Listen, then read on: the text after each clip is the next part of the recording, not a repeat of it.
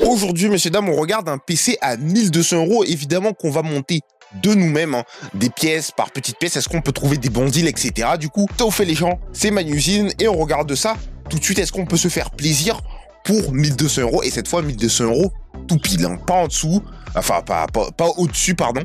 Du coup, le Ryzen 5 7500F qu'on retrouve à 172 €, c'est un des processeurs les plus rentables, hein, qu'on a à ce prix-là pour l'instant en DDR5. La DDR5 qui est encore un prix qui commence à baisser, mais qui est relativement cher pour l'instant. La RX 7900 GRE, donc oui, cette fois elle est blanche. Si vous cherchez un setup blanc et que vous êtes dans les 1100 un peu plus, vous pouvez mettre celle-ci. Elle est très bien, donc elle est assez grande, hein.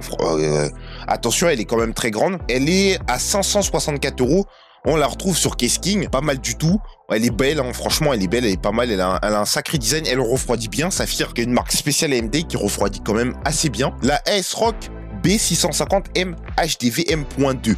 Donc celle-là, elle est à 133 €. C'est une des cartes mères, elle est moins chère du socket AM5 et elle est très bien. Le record, je crois qu'il y a des records du monde qui ont été faits en termes d'overclock sur cette carte, mais bon bref, c'est pas le sujet. Elle est très bien, elle est sur Etchelt, vraiment pas mal, avec des dissipateurs un peu timides, hein, mais ils sont là quand même, ils refroidissent. Les XLR8 Mako de chez PNY, donc là on a vraiment 32 Go de RAM, pas cher du tout. Pour de la DDR5, c'est vraiment pas cher du tout. C'est dommage qu'elle soit pas en 6000 MHz, mais bon, 100 € tout pile avec les frais de livraison offerts. Évidemment, on va pas cracher dessus, du tout.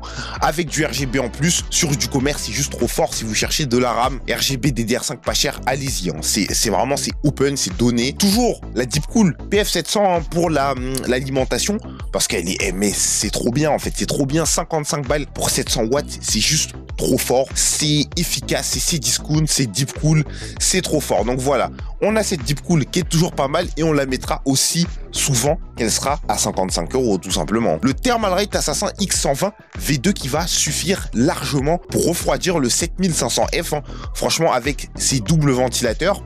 Donc il coûte 20 € seulement, tu peux le retrouver sur Amazon, c'est du sérieux, il n'y a pas d'RGB, on est vraiment dans le concret, dans le rentable. Le boîtier, le Xigmatech Nix R2, donc celui-ci tu le retrouves à 52 € sur Amazon. Il prend tous les composants, hein. Il a une façade avec 3 ventilateurs. Il me semble que c'est inclus. Oui, il est pas mal du tout. Donc au niveau du airflow, ça rentre devant, ça sort à l'arrière et ça sort en haut aussi. Pas mal du tout, c'est une configuration micro ATX. Donc tu pourras pas mettre toutes les cartes mères que tu veux, mais la ASRock B650M suffit largement à cette config. Donc ensuite, le SN580 de 1 Tera, toujours, hein, comme le Thermalright, comme tous les trucs qui sont pas chers. Le Deepcool PF700, c'est trop rentable. Un Gen 4 à 65 € de 1 Tera, c'est trop fort, avec une très bonne vitesse en plus. Donc il coûte 65 balles sur Amazon et c'est trop bien, hein. C'est Western Digital. Pour finir, Ubit, une clé réseau, hein, une clé Wi-Fi, Bluetooth. Ubit AX200, donc c'est la version Intel qui fait parmi les meilleures cartes réseau, hein, franchement, du marché. J'ai testé Netgear, TP-Link, j'en ai testé pas mal, franchement. Intel, les AX, quand vous voyez AX de chez Intel, peu importe la marque, vous savez que ça va être du solide. C'est 25 €, vous êtes jamais à l'abri des problèmes, hein, évidemment, mais parmi toutes celles que j'ai testées, Intel rend toujours le mieux, même sur PC portable. Donc voilà, c'est trop bien et c'est du PCIe que tu vas mettre à l'intérieur de ton PC. T'en as pour un total de 1186 €. Sur un jeu comme Alan Wake 2, tu as une moyenne de 63 FPS en 1440p en ultra setting. Donc c'est pas mal du tout, c'est vraiment pas dégueulasse et c'est une config next-gen, on va dire DDR5. On verra si les prix vont baisser à l'avenir, mais pour l'instant c'est extrêmement rentable. J'espère que cette vidéo vous a plu. Ciao, à la prochaine.